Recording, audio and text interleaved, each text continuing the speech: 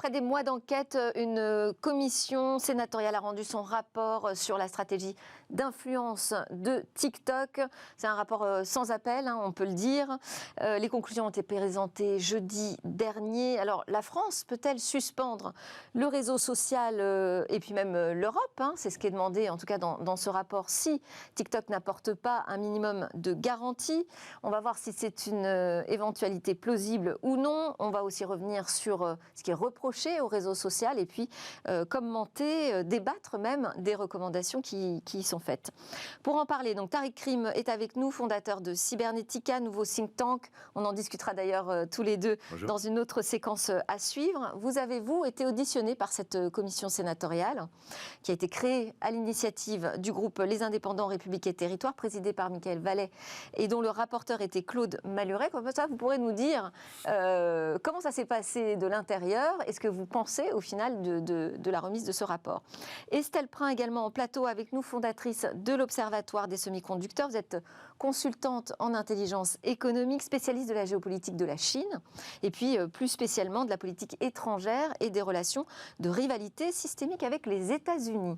Comme ça, vous pourrez nous apporter, vous, votre regard sur cette guerre géopolitique au milieu de laquelle nous sommes, nous, finalement, les Européens.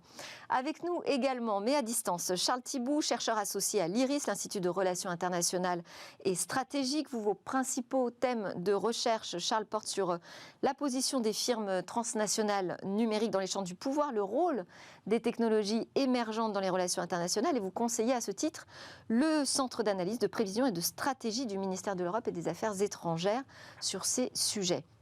Alors, première question que j'ai envie de vous poser en introduction. Que nous dit cette commission sénatoriale? Il nous faut nous départir de notre naïveté envers les risques posés aux démocraties par les guerres hybrides des dictatures. Tariq, sommes-nous naïfs vis-à-vis de TikTok? Vis-à-vis de TikTok et vis-à-vis des réseaux sociaux, je pense qu'on a sous-estimé le fait qu'on était... Au départ, on a vu ça essentiellement comme un outil. Et c'est vrai qu'avant qu'on utilise un téléphone mobile, c'est-à-dire quand les réseaux sociaux étaient sur des ordinateurs, c'était plutôt simple, agréable, c'était même très positif. Et il y a, à mon avis, 3 choses qu'on a sous-estimées. La première, c'est que quand le mobile est arrivé, et quand on a eu la combinaison du mobile et des réseaux sociaux, et donc là, je ne parle pas que de TikTok, je parle véritablement de toutes les plateformes, oui. Quelque chose a changé. C'est-à-dire qu'avant, on était devant son ordinateur, on pouvait... chatter avec des amis, il y avait Friendster, les débuts de MySpace et de Facebook, et on pouvait quitter, donc on était en contrôle.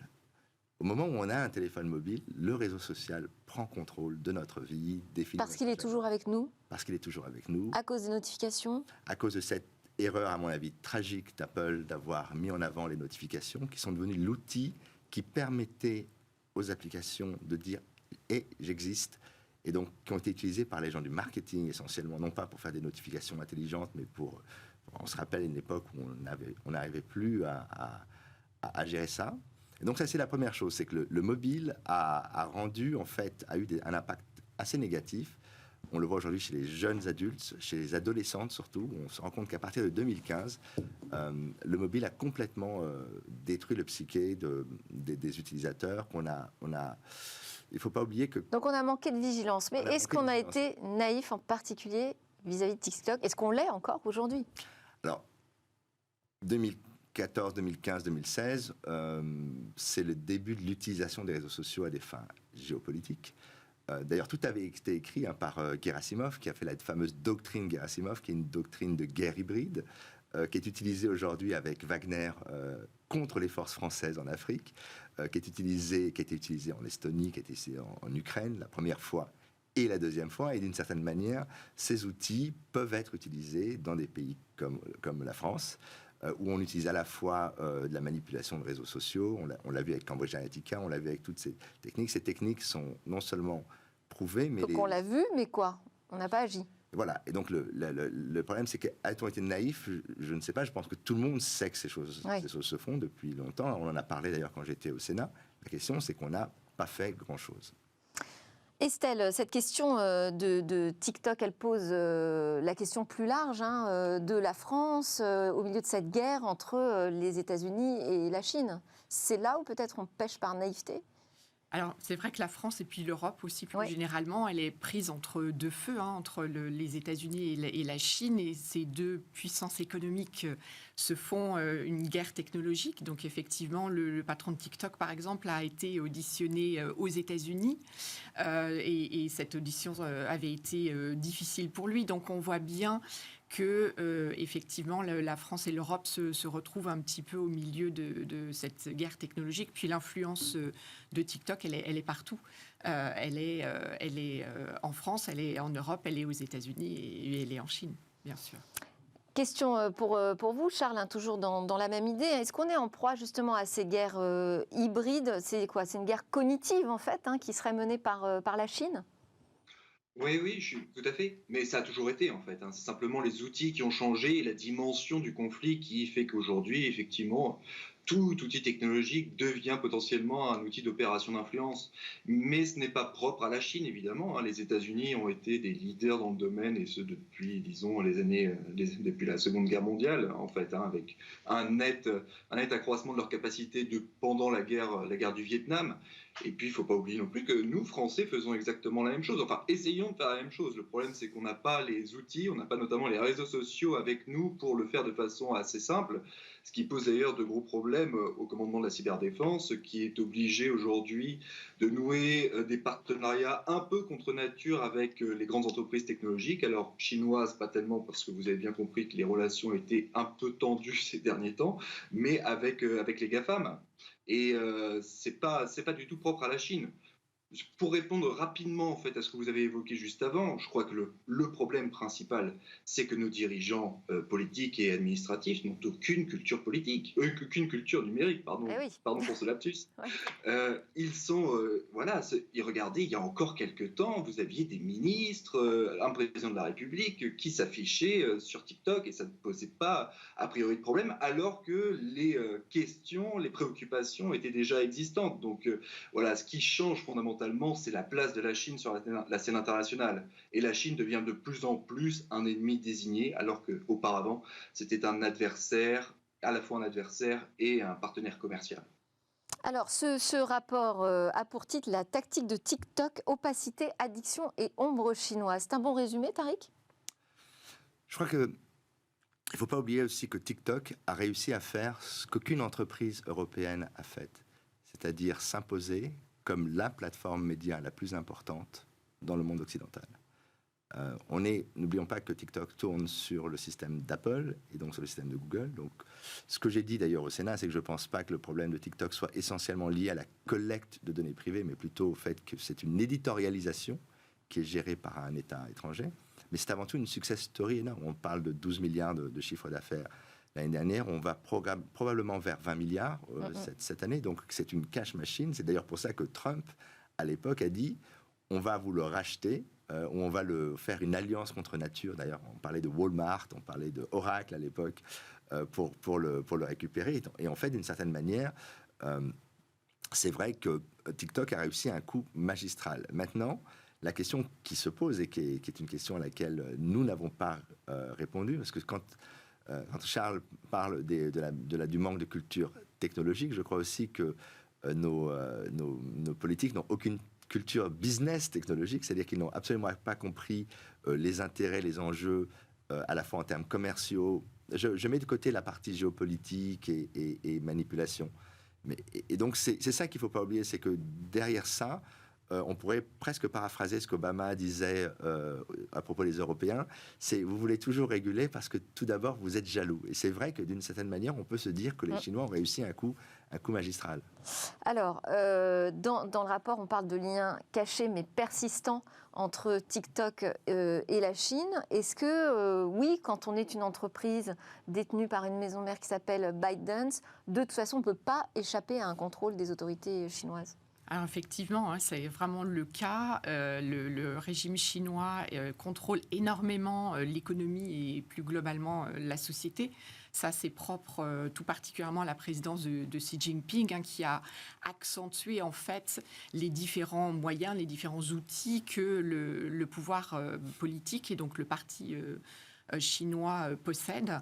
Et aussi, c'est inscrit dans la loi. Et ça, il faut le rappeler, c'est-à-dire qu'il y a obligation par toute entité chinoise et tout citoyen chinois, si jamais il lui est demandé, par exemple, des informations sur un individu en particulier, eh bien, il a obligation par la loi chinoise de donner ces informations à l'État et au gouvernement chinois. Charles Thibault, alors parce que ce que répond TikTok et ByteDance, c'est nous, notre siège social, il est aux îles Caïmans, donc on n'est pas en Chine. Sauf que derrière, il y a évidemment un fonds d'investissement chinois, que le fondateur est toujours très présent et a des pouvoirs fort importants au sein de l'entreprise. Donc oui, TikTok est intimement lié aux autorités chinoises, selon vous également ? Ah oui, oui, sans aucun doute, sans aucun doute. Effectivement, comme ça vient d'être dit précédemment, il y a tout un certain nombre. Alors, d'une part, complètement lié à l'État chinois, il y a des partenariats avec notamment le ministère de la Sécurité publique, et alors pour être tout à fait précis, le bureau presse et propagande de la sécurité publique qui sont noués avec TikTok, notamment pour la propagande dans le pays, mais aussi à l'extérieur du pays. Pour rappel, simplement, le ministère de la Sécurité publique, ce ne sont pas de joyeux lurons, c'est le ministère qui est notamment en charge de la lutte contre les opposants politiques, qui est en charge du fichage de la population, et puis qui est aussi en charge accessoirement de la gestion des camps de concentration, les laogai. C'est aussi, voilà, ce qu'il faut avoir bien en tête, c'est que comme n'importe quelle entité chinoise, ça vient d'être dit, mais il faut effectivement le marteler, comme n'importe quelle entité chinoise, ByteDance, en fait, est astreint à un certain nombre d'obligations, notamment donc, la loi sur l'espionnage de 2017 qui impose effectivement de coopérer avec les organisations de sécurité et notamment les services de renseignement, la loi sur le contre-espionnage qui oblige à donner toute information à ces services, et ce, que l'on soit en Chine ou hors de Chine. Et puis, il ne faut pas oublier que chez ByteDance, mais comme dans n'importe quelle organisation de cette taille, vous avez un comité du Parti communiste chinois qui est là, qui est présent et qui est chargé en fait de vérifier que l'entreprise se conforme aux lignes directrices du parti et à l'idéologie officielle du parti. Je veux dire, dans ces conditions-là, il ne faut pas non plus se leurrer. C'est effectivement une entreprise qui est affiliée à l'État. Simplement, si on veut aller un petit peu dans la nuance, il faut comprendre que l'État chinois, même s'il nous paraît comme ça de prime abord, ce n'est pas un monolithe. Il y a des fractions en lutte à l'intérieur, des fractions plus nationalistes et d'autres plus libérales. Et c'est ce qui fait que les positions de Biden ne sont pas toujours aussi claires. Alors, je voulais qu'on avance un peu dans ce qui est reproché à TikTok dans ce rapport. Vous l'avez évoqué, Charles, il y a la question de l'extraterritorialité des données avec une collecte de données visiblement faramineuse sur le réseau social et très opaque, quand on ne sait pas grand-chose finalement. Oui, on pourrait dire la même chose des plateformes américaines. C'est l'opacité et par définition le modèle d'affaires des réseaux sociaux. Mais c'est très peu. Alors là, Facebook, c'est récemment, je ne sais pas si tu as vu, a publié des petites fiches pour expliquer la manière dont certains de ces algorithmes fonctionnent. C'est absolument extraordinaire parce qu'on découvre des choses. Ils ont fait un travail assez poussé, il faut le dire. Et c'est vrai qu'effectivement... Alors la différence peut-être, c'est que Facebook, par exemple, écope d'amendes assez lourdes là, ces derniers temps, jusqu'à plus d'1 milliard d'euros en Europe. En revanche, TikTok est plutôt épargné jusqu'ici. Je pense que déjà, un TikTok est passé entre les gouttes de la régulation. Je pense que la Commission européenne, malheureusement, et c'est moi ce qui m'attriste depuis des années, ne fait que copier les États-Unis. On attaque Microsoft dans les années 90, on attaque Microsoft dans les années 90, on veut interdire TikTok aux États-Unis, on va commencer à parler de ça. Et donc, ce qu'il faut bien comprendre, c'est qu'effectivement, l'une des forces de TikTok, il y en a plusieurs, mais l'une des forces de TikTok, c'est qu'elle ne propose qu'un type de produit, un format, sur un type d'outil, en fait, essentiellement le mobile, et que comme les vidéos sont extrêmement courtes, elles font 50 secondes, ça veut dire que quand on est sur YouTube et qu'on regarde une vidéo de 30 minutes, puis une vidéo d'1 heure, puisqu'en général les vidéos sont assez longues, elles ont tendance maintenant à se raccourcir depuis TikTok, mais au départ elles étaient assez longues, l'algorithme ne peut analyser, par exemple en 2 heures de consultation, on va dire que 10 vidéos sur YouTube, quand il en a analysé presque une centaine, voire 150 sur TikTok. Et donc le fait que l'on puisse très rapidement voir les vidéos qui nous intéressent permet à l'outil d'IA qui va nous présenter les prochaines vidéos d'être beaucoup plus fin. Oui. Mais autre chose qui est fascinant avec TikTok, c'est que quand on n'aime pas quelque chose, on lève le pouce et on fait monter la vidéo. Et donc, instantanément, on est capable de dire à TikTok, ça, j'aime pas, ça m'intéresse pas. Et donc, en fait, les outils, les données d'affinage de l'algorithme sont tellement précises. Et puis après, on est aussi sur une cible de très jeunes en général, donc des gens qui sont hyper réactifs. Et donc, la combinaison de ces trois choses... 63% des Français de 12 ans sont sur TikTok. Bon, alors que c'est censé être interdit au moins de 13 ans. Oui, ça c'est sûr. Mais aux États-Unis, il y a des adolescents et des jeunes adultes qui préfèrent garder TikTok que Netflix, Amazon Prime et tous les autres services de streaming. Ouais. Donc en fait, on est sur un produit ultra addictif et qui pose la question de la direction éditoriale, mais on en parlera après, j'imagine. Il suffit de 40 minutes aussi pour être exposé à de fausses informations sur TikTok. 90% des contenus de désinformation passent entre les mailles du filet de TikTok, alors qu'on est sur 20% pour Facebook. On a aussi un gros problème de désinformation. Quand on met tout ça sur la table, Estelle, ça veut dire qu'on entre, nous aussi, ça y est, la France, l'Europe, dans une guerre contre la Chine ? Alors, on passe une étape ? Oui, peut-être. Bon, TikTok, c'est vraiment lié à la France, mais c'est vrai que dernièrement, en fait, c'est aussi l'épidémie, la pandémie de Covid-19 qui a beaucoup modifié le regard des Européens et des membres de l'Union européenne sur la Chine. Donc là, il y a vraiment eu un changement radical et c'est vrai qu'aujourd'hui, la politique de l'Union européenne est en train de changer vis-à-vis de la Chine. Il y avait des choses qui étaient en préparation avant le Covid-19, par exemple, un accord éventuel sur les investissements et ça a été gelé après le Covid-19 et c'est complètement maintenant laissé de côté et les décisions qui sont prises par l'Union européenne aujourd'hui, c'est plutôt d'essayer de se protéger contre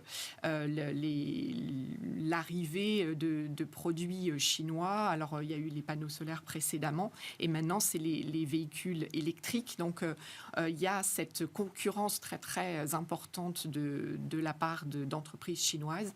Et c'est vrai que la politique de l'Union européenne a changé par rapport à cette situation. Charles, oui. Très rapidement, parce que je crois que c'est un point important que j'avais appelé au Sénat. Dans la bataille entre les États-Unis et la Chine, il y a une chose qui est très claire, c'est que les États-Unis empêchent la Chine d'exporter des produits à forte valeur ajoutée. D'une certaine manière, cette guerre, elle s'est focalisée là-dessus. Sur trois choses. D'abord, les bornes 5G. Huawei et ZTE ont été interdits quasiment dans tous les pays occidentaux. La deuxième, c'est TikTok, qui aujourd'hui est un produit d'export. Et la troisième, on verra en ce moment, il y a des discussions sur la voiture électrique. Mais il ne faut pas oublier que c'est aussi un succès commercial dont la Chine a besoin. Elle a besoin de faire travailler son élite informatique et de lui donner les moyens de montrer qu'elle sert à quelque chose. Et c'est vrai qu'il y a cet aspect qui fait que la Chine a aussi besoin que TikTok marche. C'est pour ça qu'ils sont parfois prêts à faire des concessions. Alors justement, cette question de Huawei, je voulais la poser aussi à Charles Thibault, parce que le Sénat se pose la question de la nécessité de mettre à l'index TikTok comme on l'a fait avec Huawei. Sauf que Huawei est finalement très présent encore en France, Charles. Oui, tout à fait. Et mais je crois que Tariq pourra en parler beaucoup mieux que moi, mais ça me paraît quand même extrêmement difficile en fait de suspendre TikTok ou n'importe quel réseau social. Je pense qu'il y a beaucoup de bluff en fait de la part de nos responsables politiques à cet égard, parce que moi, Tariq le dira mieux que moi, mais je vois deux manières en fait de bannir TikTok ou n'importe quel réseau. C'est le blocage DNS ou le blocage d'adresse IP, et sauf que ça crée des effets de bord assez monstrueux qui provoqueraient des remous tels que j'imagine mal nos grands opérateurs dire à l'État allez-y, il n'y a aucun problème, ça va passer.